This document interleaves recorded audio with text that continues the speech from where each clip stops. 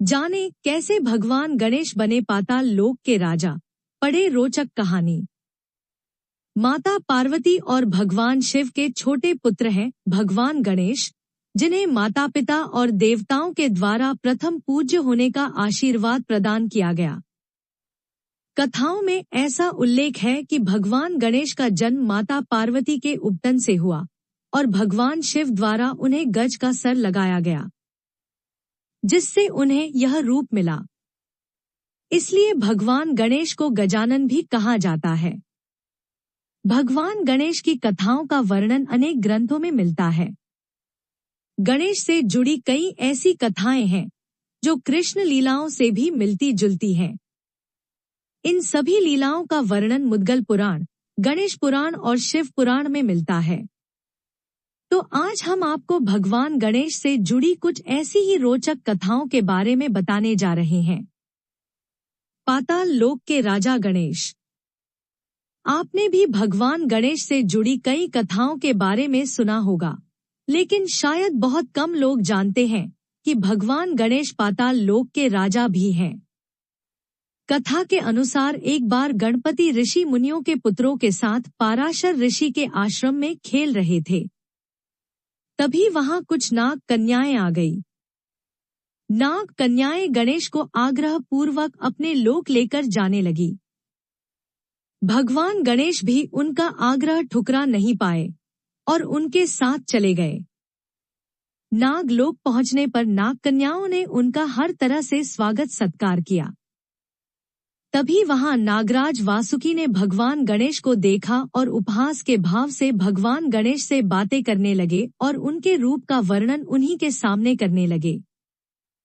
भगवान गणेश को क्रोध आ गया।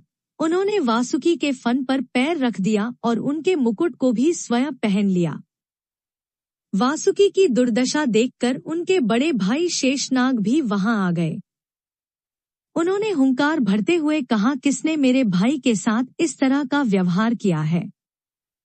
जब भगवान गणेश शेषनाग के सामने आए तो वे उन्हें पहचान गए और उनका अभिवादन करने लगे और उन्हें नागलोक यानी पाताल का राजा घोषित कर दिया।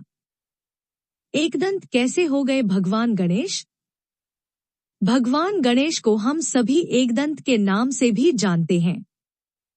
इसके पीछे पुराणों में एक कथा मिलती है, जिसके अनुसार भगवान विष्णु के अवतार और भगवान शिव के परम भक्त और शिष्य परशुराम, जिन्होंने 17 बार क्षत्रियों को धरती से समाप्त कर दिया था, भगवान शिव और माता पार्वती के दर्शन के लिए कैलाश पर्वत पर आए।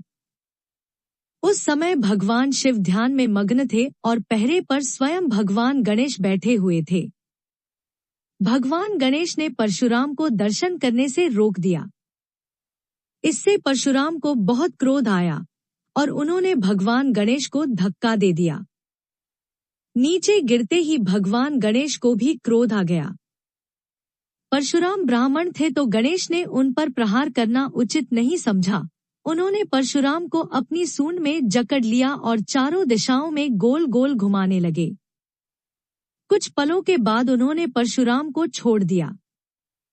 कुछ देर तक तो परशुराम शांत मुद्रा में रहे, लेकिन जब उन्हें अपने अपमान का एहसास हुआ तो उन्होंने अपने फरसे से भगवान गणेश पर वार कर दिया।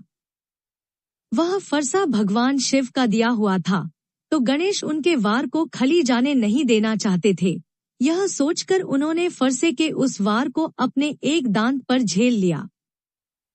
फरसा लगते ही भगवान गणेश का दांत टूटकर गिर गया। इस कोलाहल को सुनकर भगवान शिव ध्यान मुद्रा से जाग गए और उन्होंने दोनों को शांत करवाया। तब से भगवान गणेश का एक ही दांत रह गया और वह एकदंत कहलाने लगे। बोलो गणेश जी महाराज की जय। ऐसी कहानियां और कथाएं सुनने के लिए हमारे चैनल को सब्सक्राइब और शेयर करें। धन्यवाद। नमस्कार।